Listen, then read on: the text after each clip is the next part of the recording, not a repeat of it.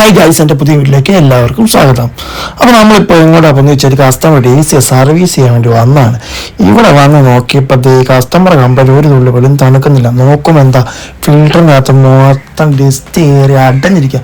പിന്നെ നോക്കിയാൽ ഫിൽറ്റർ മാത്രമല്ല, ഇൻഡോറിൻ്റെ കോയിലും ഉണ്ട്. കോയിലൊക്കെ നമ്മൾ ഫുള്ള് ക്ലീൻ ചെയ്ത് കഴിഞ്ഞാൽ നമ്മളിത് പുറത്തോട്ട് മൊത്തം കവറൊക്കെ ഒന്ന് വാഷ് ചെയ്തേക്കാന്ന് ഓർത്ത്. ഇത് കണ്ടോ, ഡസ്റ്റ് കണ്ടോ, ഫിൽറ്ററിനകത്ത് മൊത്തം പൊടി കയറി അടഞ്ഞിരിക്കുക.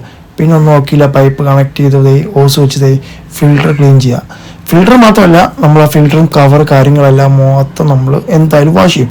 അപ്പോൾ ആദ്യം നമ്മൾ ഫിൽറ്റർ കാര്യങ്ങളെല്ലാം ചെയ്തു. അത് കഴിഞ്ഞിട്ട് കവർ ഫ്ലാപ്പ് കാര്യങ്ങളെല്ലാം വാഷ് ചെയ്യുന്നു.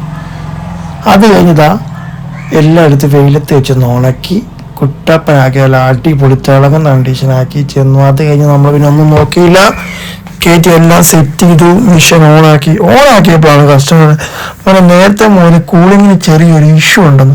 പിന്നെ നമ്മളൊന്നും നോക്കിയില്ല, നമ്മൾ നേരെ ഔട്ട്ഡോറിലോട്ട് പോവാ.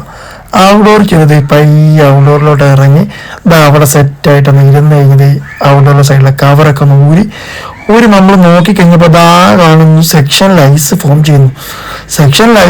പിന്നെ ഒന്നും നോക്കിയില്ല, ഗേജ് കണക്ട് ചെയ്ത് നോക്കിയപ്പോൾ പ്രഷർ കുറവ്.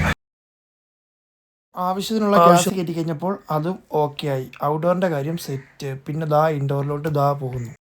ഇൻഡോറിൽ വന്ന് കൂളിങ് നോക്കിയപ്പോൾ അടിപൊളി കൂളിങ്. അപ്പോൾ okay, bye bye, thank you.